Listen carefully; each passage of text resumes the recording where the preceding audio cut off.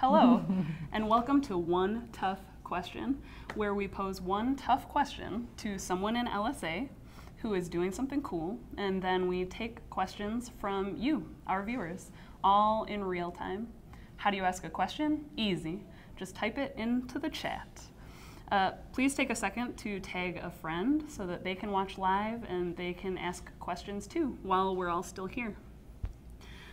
Maybe you know someone who loves dinosaurs. Maybe your favorite science nerd friend is at lunch right now, you know. I'm Liz. I write about science for LSA, and I am here with Amy Harris, who is the director of the University of Michigan Museum of Natural History, where we are now. The museum officially will open this week on April 14th, and Amy and I are here to bring a special sneak peek to you. Hello, Amy. Hello, Liz. How are you? I'm doing fine. How are you? I'm doing just great. Are you ready for your one tough question? I'm ready. I'm going to do my best, but I think I'm ready. Okay, I think we can do this. Our audience voted to ask you this question. What is the coolest thing in the museum's new home? The coolest thing in the museum's new home? Well, I would say that the coolest thing about the new museum is that it's in an active research building. When you visit the museum, you'll be in a space where you can look into real working labs, and the people you see walking around in the building are scientists who are hard at work discovering cool new things. You'll even be able to try science yourself. Come this fall, we'll have some public labs for people to go in and try science themselves. You'll also be able to talk to scientists. We have a new space that's called the Science Forum, and we'll have scheduled events when scientists will be talking about their work, and that'll include not only faculty but also students talking about their work. You'll also see some of our student docents doing demonstrations of some of the cool research going on campus. And if you think about it, the University of Michigan is one of the top research universities in the whole world. And here at our museum, you'll get a chance to get really close in and see it all happen. So you mentioned students, and for fledgling students or students who want to get more involved or to see the things here, can you tell me more? Well, if students want to get involved at the museum, we have many, many ways for them to do that. First of all, we have an incredible student-docent program that's been going on for quite some time. And it's actually a paid job. We will pay you while we train you, and then you'll be able to do all kinds of things behind the scenes at the museum and to interact with our visitors. So, for example, you might be leading a school group with school children coming in. You might be working in the planetarium. You might be able to actually give a show in the planetarium. Is that big golden ball? That is the big golden ball that you can see out on Washtenaw. Inside of there is our great new Planetarium and Dome Theater, which has the latest and greatest technology. And students can also work in exhibits, they can work in the museum store, they can do all kinds of things. And in fact, we couldn't actually run the place without students. In addition, we have some new opportunities for students, like a science communication training program. And we have a student showcase where students can curate exhibits. Our first one for the opening is in partnership with Europe. So there are, I think it's about 8 Europe students are illustrating their research in our exhibits. And that's the Undergrad Research Opportunities Program? That's right. Well, how about for people who may have gone to the museum while it was in the Ruthven building? Have they seen all of this stuff already? Well, people who were familiar with the old museum will be pleasantly surprised because we've brought some of our most favorite specimens to the new museum. All of the exhibits are new in the sense that all the science has been updated and all the display panels have been updated, and then about 50% of the specimens are completely new. So for example, Majungasaurus is our new dinosaur, and we're really excited to share it with you today. This is one of the first times anybody has seen it. In fact, we had a really cool fundraiser where people bought a bone to help acquire this. So it's a really wonderful community gift to students and to everybody who comes to the museum. Great. So people who haven't been here before will see that we have more interactive exhibits, we have more hands-on kinds of activities. There are more opportunities to talk with scientists. It's a much more engaging museum than the old museum in the sense that you're not just looking, you're actually doing and talking with people. Any other new, big, crazy specimens? Oh yeah. One of my favorites is Quetzalcoatlus. Bless you. Which is a reconstruction of a flying reptile called a pterosaur. 35-foot wingspan. It has a 35-foot wingspan, and it's really incredible. There are only 3 in the world. Ours is the 3rd. Wow. Yeah.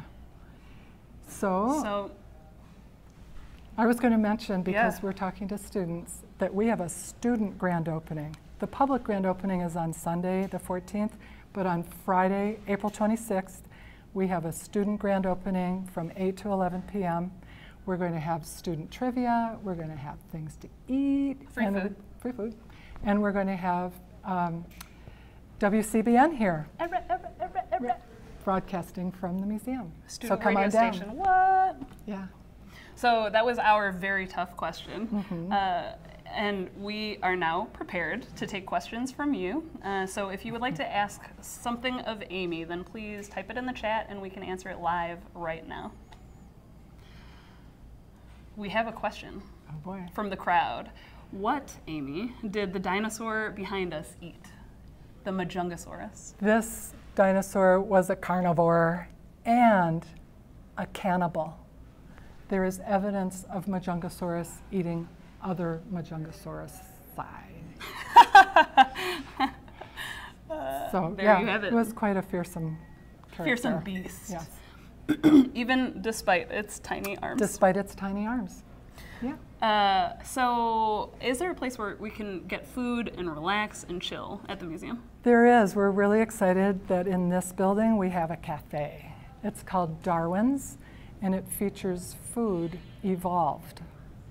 They've got great coffee, they've got sandwiches, they've got good things to drink and eat, and they're going to be open similar hours to the museum. They're open right now, in fact, so you can come over even before the grand opening. And somebody heard that there is a dome theater. What is this? How do we find it? Where do we go? What do you do there? Well, a little while ago we mentioned the Golden Dome that you can see out on Washtenaw Avenue. And when the museum is open, you can go inside it. And it has incredible new technology. It's about twice as big as the planetarium at the old museum. And with this amazing digital technology, we can go beyond astronomy to cover other topics. So one of the new shows, for example, is about coral reefs. And instead of going out into outer space, we go into a universe under the water and see just how gorgeous life is, and also learn how coral reefs are threatened today. An insider tip, the chairs are very comfortable. They are. They lean back. After lunch, it's a little bit dangerous. Nice place to work off the food coma. Yeah. So our final question from the audience is, how much does it cost to get in? I mean, the students want to know. Yeah, well, good news. The museum is free. Come on in anytime. We're going to be open 7 days a week from 9 a.m. to 5 p.m. and until 8 p.m. on Thursdays. And if you want to get more information, our website, it has a really great, memorable name to it. It's ummnh.org. You can also just walk right in and get information from our welcome desk. So, and don't forget we have social media as well. Facebook, Instagram, and Twitter. And when did you say that student thing was? Can you tell me about that That's again? right. The student grand opening is going to be on Friday, April 26th from 8 to 11 p.m. and you don't want to miss it. And so it's going to open, the museum will open on April 14th, but in the fall there's more happening, That's right. Thanks for bringing that up. When people come to see the museum now, they're going to see about half the exhibits, the planetarium and dome theater, the museum store, the atrium, but then in November we're going to be opening the other half of the exhibits. So there's a lot more to come in November. We hope people will just keep coming back and checking out all that we have to offer. All for free. Yeah. So thank you very much, Amy. And And thank you, people of the internet. If we were unable to get to your question this afternoon, then we will do our best to respond in the DM. And as Amy was saying, please feel free to reach out to the museum directly through Facebook, Twitter, and Instagram pages. And if you are dying for even more museum sneak peeks, then check out the highlights reel on the LSA Instagram page, which is labeled UMMNH, University of Michigan Museum of Natural History. UMMNH. Thank you very much. Have a wonderful day. This has been One Tough Question. And it was really tough, I'm telling you. Tough.